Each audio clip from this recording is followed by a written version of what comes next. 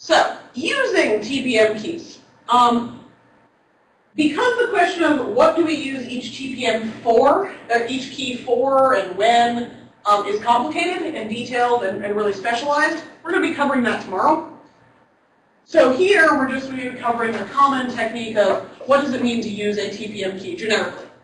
So I talked earlier today about the fact that the endorsement key and the storage root key are stored directly in the TPM. The endorsement key is never used directly. It is only used in a command called activate identity, which is part of the PCA protocol. And you don't say use the endorsement key. It's activate identity. It's all it does. The storage root key is always in a predefined location in key storage. And other keys are stored in partially encrypted blobs somewhere outside the TPM. So in order for me to use one of those non-root keys, I need to load it into the TPM. What loading does is it decrypts the private half of the key and places that in the volatile storage of the TPM. The user then receives what's called a key handle that points to what location in that volatile storage the key is at. Key handles are then what you hand the TPM for any future command that use the key. It is important to note that handles are volatile. Remember how I said the TPM had pretty small storage space? If you are using a lot of TPM keys, as I said, this is not a scenario we've ever run into yet. A key may be removed if the storage is filled. A key may be removed on a reboot. It's supposed to be, but not all TPMs do. If you are running a high-level TPM service like Trousers, things that use the trusted software stack, I've heard that TBS may do this, I'm not sure. The TPM services want to do key handle management for you.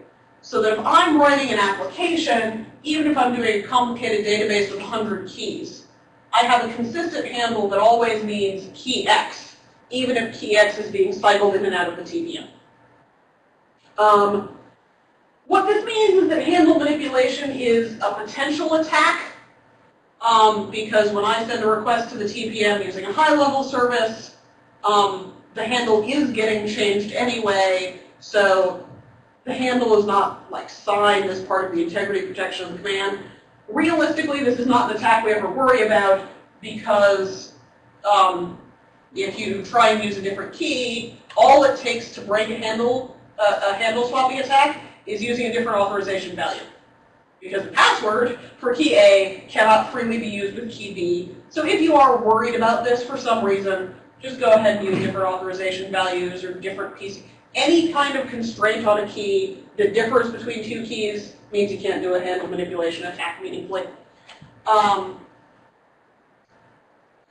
So the load key command, this is actually load key 2, because we're at TPM 1.2. There are some commands that end in 2 that are new. The original load key command is deprecated.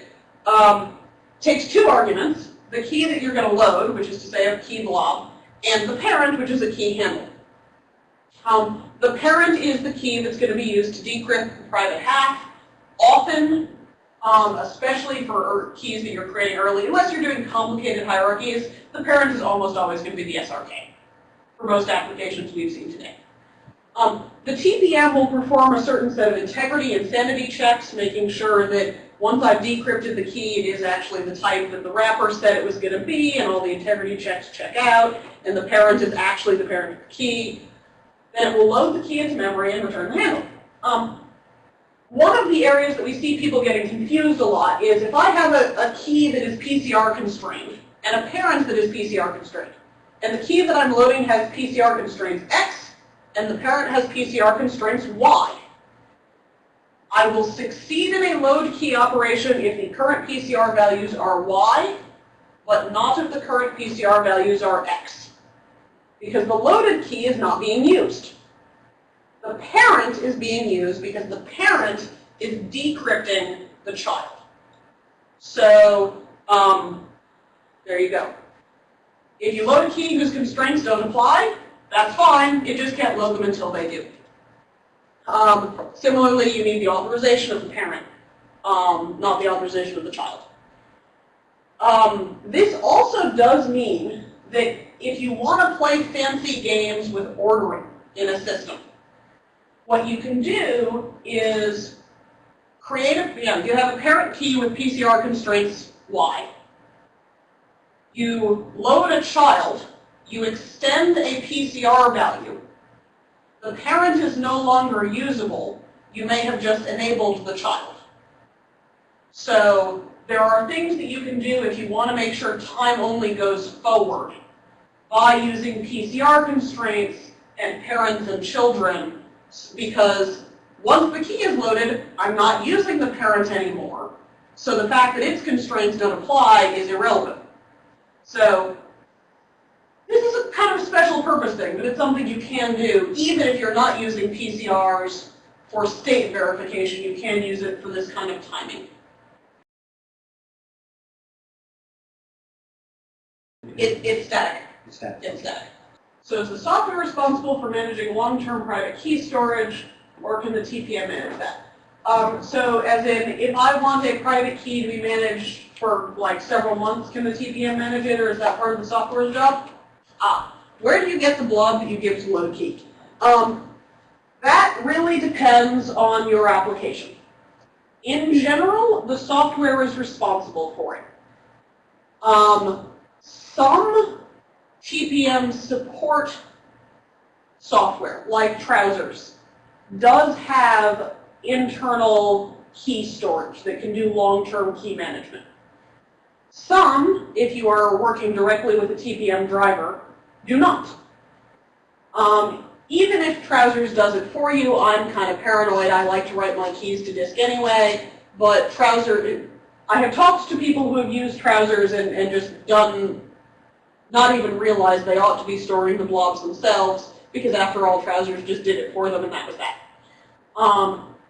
But it's really application dependent. The blob is outside the TPM. Frankly, this is the point that I say I'm the TPM expert. I don't care where you store your data. But some applications might want to say, we're an enterprise. We will always store it in directory X within our Windows system registry. Some places might say, we are a networked application. As part of the registration for our application, we want you to create a TPM storage key, and then you're going to send it to us. Whenever we want to send you data, we will encrypt it with your TPM key, and then send both that key blob and the encrypted data off to your TPM, and we're not concerned about anybody reading all of this, because after all, only you can load that key. And really anything in between. We don't particularly care. Does that answer your question? I've got a follow-up question to that then. So I guess my question would be, is it even possible to have some AIK, for instance, which you basically tell the TPM, just keep this thing loaded after you reboot anytime? Is it possible to keep something long-term like that other than the core key? Yes. Yes, it is. You have to do it deliberately. It's a command called owner evict, or set owner evict. The owner has to do it, or somebody where the owner has delegated permissions to them. So generally, if you're going to want to do this, this is probably part of your initial setup. What that does is you hand it the handle of a currently loaded key and the owner authorization. And a flag is set such that that key will never be pushed out of the volatile key storage until the owner explicitly says to evict it. So if you are looking at scenarios where there's one key or a couple of keys that are all you ever use, and you want to make sure that they're always there and they're reliable, and you don't want to worry about the headache of tracking them, you can set them to be owner evict, and they will just stay there indefinitely. All right, cool. That's what I was wondering about.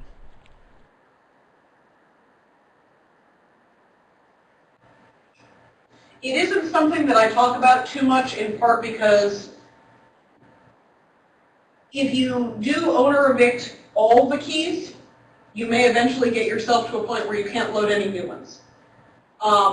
It is a tremendously handy thing to do if you are doing if for some reason you don't trust your disk, or you don't think you'll have access to your disk, or you're a low-level application that you want to keep the number of operations to a minimum, or you're worried about your users deleting your keys, but generally you want to do this for a couple of keys, not for 10. So once you've got a loaded key, you can just hand the handle as part of any other TPM commands. Most TPM commands are constrained as to which kinds of keys they'll accept. So for example, you can't call TPM sign with a storage key, and it'll reject that as having the wrong type. Similarly, you can't use a signing key as a parent if I'm creating a new key. Every time a key is used, where you hand it the handle and the command says you pass the basic sanity check, that's when we check PCR constraints, locality constraints, and authorization data. And all three of these have to be met in order for for the key to actually be used. So for the rest of the class, I'm just going to use the convenient shorthand that says use an X key. And when I say that, I am implying that you have loaded it, that you are handing it to a relevant command, and that the relevant constraints are met.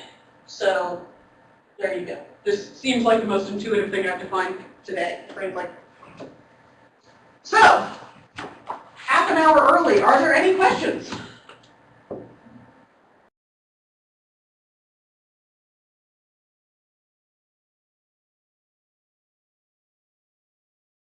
No? An AIK can never sign anything that does not come from the TPM. Okay. If you wanted to have an AIK with an X509 cert, Yeah. you would have to either certify it by that provisioning process approach, where I take the public key and I hand it directly to the CA and say, my process is good, I promise you this is a TPM key. Right. Or you need to run the PCA protocol Well, and just have the format of the certificate you're returning Right. be X509. Oh, you can do that. Yeah, the TPM doesn't check the format of that certificate at all, Okay. which is part of why I So pointed out you're that gonna- it's technically a wrapper.